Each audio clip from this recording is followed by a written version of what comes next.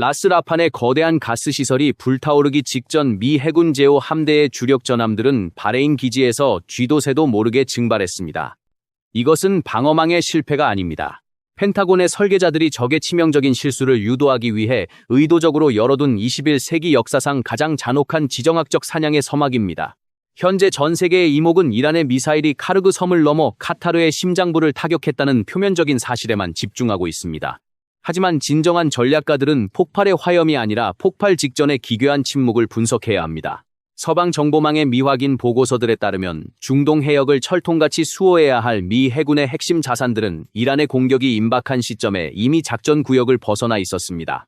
심지어 페르시아만의 길의 위협을 제거해야 할 가장 중요한 해군 소해함 전력은 분쟁 지역에서 아득히 멀어진 태평양의 말레이시아 해역으로 비밀리에 이동 중이었습니다.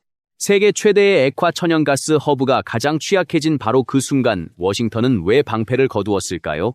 이 기괴한 군사적 공백은 워싱턴의 지배자들이 파놓은 완벽한 거시적 함정입니다. 만약 미군이 철저한 방어망을 구축하고 이란의 미사일을 공중에서 요격했다면 상황은 단순한 국지적 충돌로 끝났을 것입니다. 그러나 펜타곤은 이란이라는 상처 입은 짐승이 분노를 이기지 못하고 주변의 약한 고리를 물어뜯도록 교묘하게 방관했습니다. 미군은 적의 공격을 막지 않음으로써 오히려 이란이 글로벌 에너지 공급망을 직접적으로 파괴하는 끔찍한 범죄를 저지르도록 유도한 것입니다. 적의 칼날이 동맹국의 살뗏을 찢도록 허락하는 이 피도 눈물도 없는 전술은 적에게 변명의 여지 없는 도덕적 치명상을 입히기 위한 제국주의적 체스게임의 정수입니다. 결국 이란 이슬람 혁명 수비대는 미군의 보이지 않는 손에 이끌려 스스로 파멸의 스위치를 누르고 말았습니다. 라스라판 산업단지에 떨어지는 미사일은 단순한 군사적 타격이 아니라 테헤란의 지도부가 전 세계를 상대로 선전포고를 하는 자살 행위나 다름없습니다.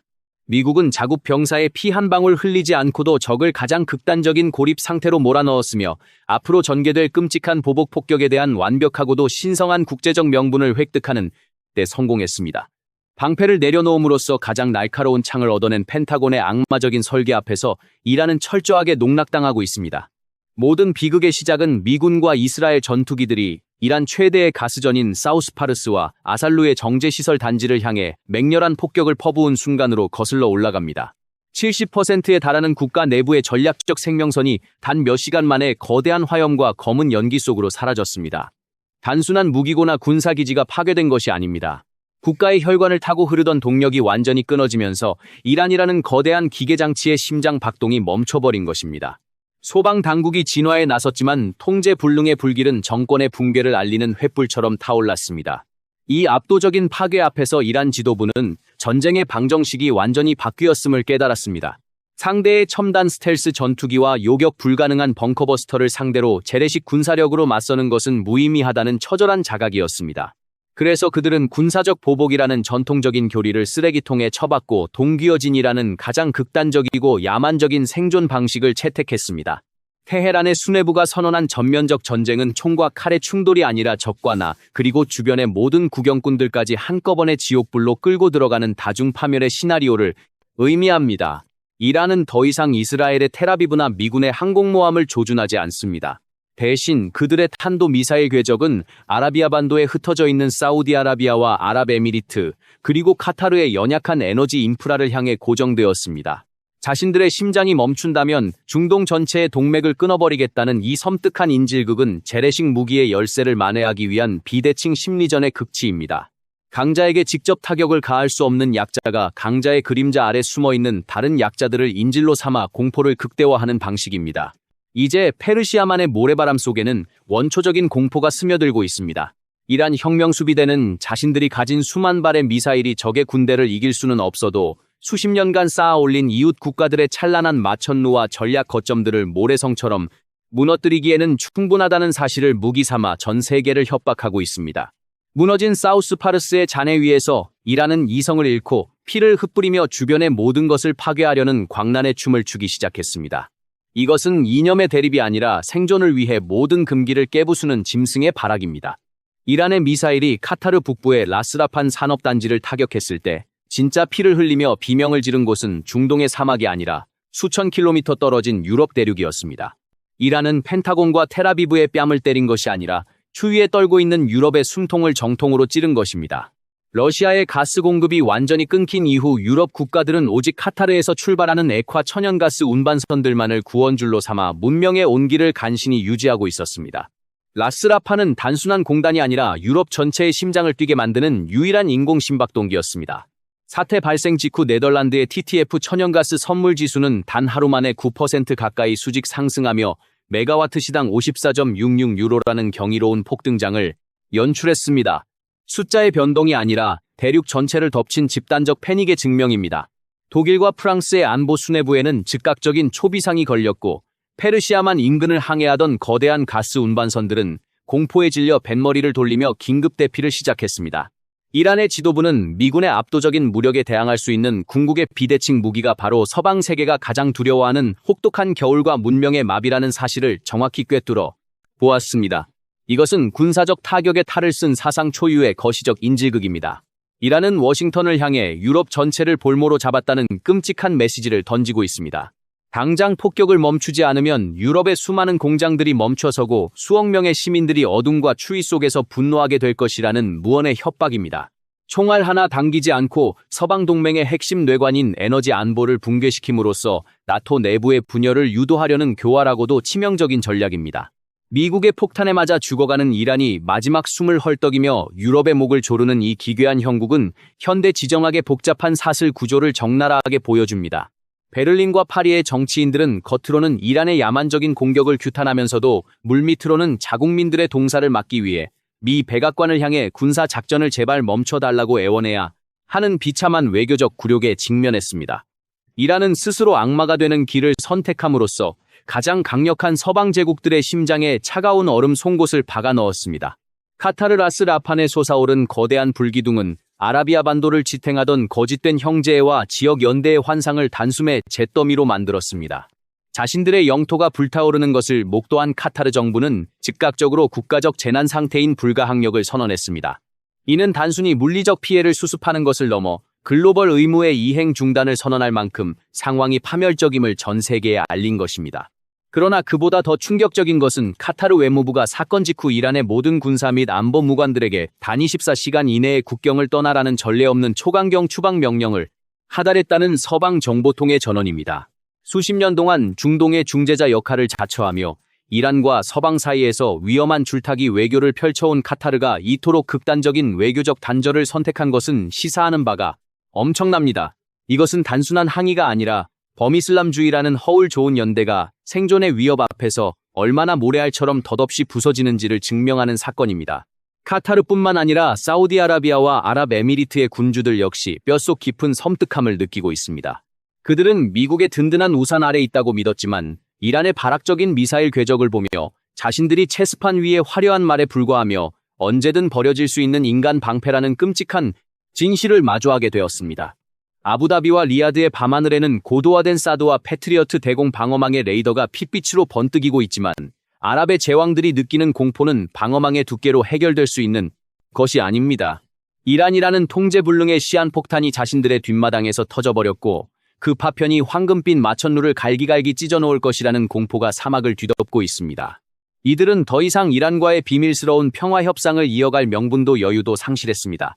결국 아라비아의 지배자들은 살기 위해 이란의 등을 찌르고 미국의 그림자 속으로 더욱 깊숙이 숨어들 수밖에 없는 운명에 처했습니다. 카타르의 추방 명령은 이란이 중동 내에서 완벽하게 고립되었음을 알리는 조종이며 주변국들마저 테헤란의 멸망을 은밀하게 기도하기 시작했다는 잔혹한 지정학적 지각 변동을 의미합니다. 동맹이라 믿었던 이웃들의 배신 속에서 이란은 문자 그대로 사면 초가의 절벽 끝에 홀로 서게 되었습니다. 모든 체스말들이 워싱턴의 지배자들이 의도한 대로 움직였고 이제 펜타곤이 공들여 설치한 거대한 덫이 마침내 날카로운 톱니바퀴를 맞물리며 닫힐 시간입니다. 미국 트럼프 대통령이 백악관 포디움에 서서 발표한 메시지는 단순한 경고가 아니라 이란 정권을 향한 완전한 소멸의 예고장이었습니다. 카타르의 시설을 다시 공격할 경우 전례 없는 대규모 폭격을 가하겠다는 그의 최후 통첩은 이란의 행동을 억제하려는 것이 아닙니다. 그것은 이미 사형 선고가 내려진 죄수에게 씌우는 검은 두건과도 같습니다. 워싱턴은 이란이 라스라판을 타격하도록 방조함으로써 전 세계의 분노와 공포를 한데 모으는 데 성공했습니다. 추위에 떠는 유럽 에너지 붕괴의 위협을 느끼는 아시아, 그리고 생존의 공포에 질린 중동의 아랍 군주들까지 모두가 한 목소리로 이란의 파멸을 정당화하는 미국 주도의 십자군에 동참하게 되었습니다. 과거 미국의 일방적인 제재나 폭격이 국제사회의 비판을 받았던 것과는 차원이 다른 상황입니다. 이란은 스스로 글로벌 공급망의 테러리스트를 자처함으로써 미국에게 폭격의 자유라는 무소불위의 권력을 합법적으로 헌납하고 말았습니다. 이제 이란 지도부는 완벽한 체크메이트 상태에 빠졌습니다. 공격을 멈추고 엎드린다 해도 이미 절반이 날아간 내부의 생명선 때문에 정권은 서서히 말라 죽을 것입니다. 반대로 최후의 자존심을 지키기 위해 단 한 발의 미사일이라도 더 발사한다면 그것은 펜타곤이 기다려온 궁극의 면죄부가 되어 즉각적인 체제 전복과 융단 폭격을 불러올 것입니다. 움직이는 순간 죽고 가만히 있어도 죽는 이 잔혹한 딜레마는 펜타곤의 두뇌들이 완성한 현대전의 가장 예술적인 살인 공식입니다. 전쟁의 방정식은 이념이나 국경선의 분쟁을 넘어 글로벌 생명선의 통제권을 쥐기 위한 극단적인 경제 파괴 전쟁으로 진화했습니다. 그리고 그 진화의 끝에서 이란은 첫 번째이자 가장 처참한 희생양으로 기록될 것입니다. 국제사회의 어떤 중재자도 나서지 않는 차가운 외면 속에서 미군의 맹금류들이 다시 한번 하늘을 뒤덮을 준비를 마쳤습니다. 라스라판에 피어오른 연기가 가라앉기도 전에 중동의 지도를 영원히 바꿔놓을 전대미문의 지옥불이 테헤란을 향해 거침없이 하강하고 있습니다. 이번 사우스파르스와 라스라판 공격은 지정학적 역사에서 두 개의 전임자, 즉 러시아와 유럽을 잇던 노르트스트림 해저 파이프라인 폭파 사건, 그리고 2019년 사우디아라비아의 아부카이크와 쿠라이스 석유 시설에 대한 드론 공격과 비교 분석되어야만 합니다. 노르트스트림 사건은 배후를 알 수 없는 은밀한 사보타주였고 아부카이크 공격은 잠시 생산을 멈추게 한 경고성 타격이었습니다.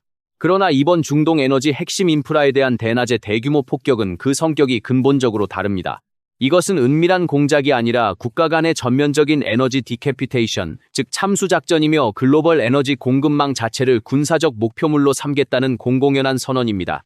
펜타곤이 의도적으로 이란의 타격을 방치했다는 사실은 이제 전 세계 모든 에너지 수출국들에게 끔찍한 군사적 도미노 효과를 촉발하고 있습니다. 이번 사태로 인해 에너지 시설의 안전을 보장하던 기존의 국제적 금기는 완전히 붕괴되었습니다. 전 세계의 모든 유전과 가스전, 그리고 파이프라인과 액화 터미널들은 이제 언제든지 적의 군사적 타격 목표가 될 수 있다는 냉혹한 현실을 받아들여야 합니다. 이로 인해 에너지 산업 자체가 거대한 군사기지로 변모하는 군사화 현상이 가속화되고 있습니다. 사우디아라비아와 아랍에미리트, 그리고 카타르는 물론이고 에너지 수출에 의존하는 모든 국가들은 이제 유전 개발보다 영공 방어망 구축에 국가적 역량을 쏟아부어야 하는 운명에 처했습니다. 미국의 사드나 패트리어트 같은 고가의 대공 미사일 시스템에 대한 전례 없는 무기 경쟁이 벌어지고 있으며 이는 글로벌 군산복합체에게는 사상 최악의 대재앙이 역설적으로 단 한 번도 경험하지 못한 역대급 슈퍼사이클을 선물하고 있습니다. 단순히 석유와 가스를 파는 시대는 끝났고 이제는 자신들의 에너지 생명선을 군사력으로 지켜낼 수 있는 국가만이 글로벌 권력의 중심에 설 수 있는 가혹한 에너지 군사주의 시대가 열린 것입니다. 워싱턴과 런던의 이면도로에 위치한 유수의 지정학 싱크탱크 내부에서는 이번 사태를 바라보는 시각이 극명하게 갈리고 있으며 이는 현대 전략 수립의 거대한 분열을 드러내고 있습니다. 워싱턴의 디우어 성향 분석가들은 이번 카르그 섬과 라스라판 사태를 미국의 거시적 억지력이 완벽하게 부활한 순간으로 찬양하고 있습니다. 그들의 논리에 따르면 트럼프 행정부는 이란이라는 악의 축을 스스로 파멸의 덫으로 이끌어냈으며 전 세계 공급망을 인질로 잡으려는 시도를 무력화시켰습니다. 그러나 반대편에서는 미국의 일방주의적 무력 사용이 글로벌 질서를 관리 불가능한 무법천지로 만들었다는 처절한 비판이 제기되고 있습니다. 이러한 시각에 따르면 미국은 자국 동맹의 안보마저로 사용함으로써 글로벌 슈퍼파워로서의 도덕적 신뢰성을 스스로 포기했으며 이는 장기적으로 미국의 을 무너뜨리는 뇌관이 될 것이라는 경고입니다. 이러한 내부의 이념적 충돌은 미국 지도부의 의사결정을 더욱 불확실하게 만들며 글로벌 지정학적 불확실성을 증폭시키는 핵심 요인이 되고 있습니다. 주목해야 할 것은 이번 중동 에너지 대타격의 또 다른 보이지 않는 피해자, 바로 아시아 대륙의 비명입니다. 중국을 필두로 한국과 일본 등 중동 에너지에 절대적으로 의존하는 아시아 국가들은 지금 소리 없는 아비규환의 상태에 빠졌습니다.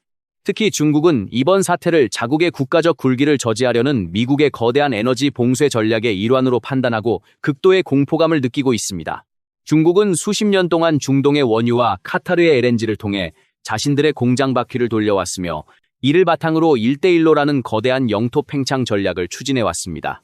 그러나 트럼프 대통령이 쳐놓은 카르그 섬에 덫은 중국의 이러한 야망을 이란과 시에이타르의 생명선을 한꺼번에 움켜쥐우로써 단숨에 끊어버릴 수 있는 미국의 가공할 권력을 전 세계에 각인시켰습니다. 베이징의 외교관은 겉으로는 중재자를 자처하고 있지만 물밑으로는 자국 기업들의 붕괴와 에너지 대란을 막기 위해 미 백악관의 눈치를 살피며 외교적 굴복을 강요받고 있습니다. 아시아 국가들은 이제 미국의 결정 한 번에 자국의 경제와 공장이 멈춰설 수 있다는 원초적인 공포를 마주하며 워싱턴이 주도하는 에너지 세계 질서에 절대적으로 하거나 아니면 미국의 군사력이 미치지 않는 새로운 에너지 대안을 찾아 헤매야 하는 가혹한 이자택일의 외교적 수렁에 빠졌습니다.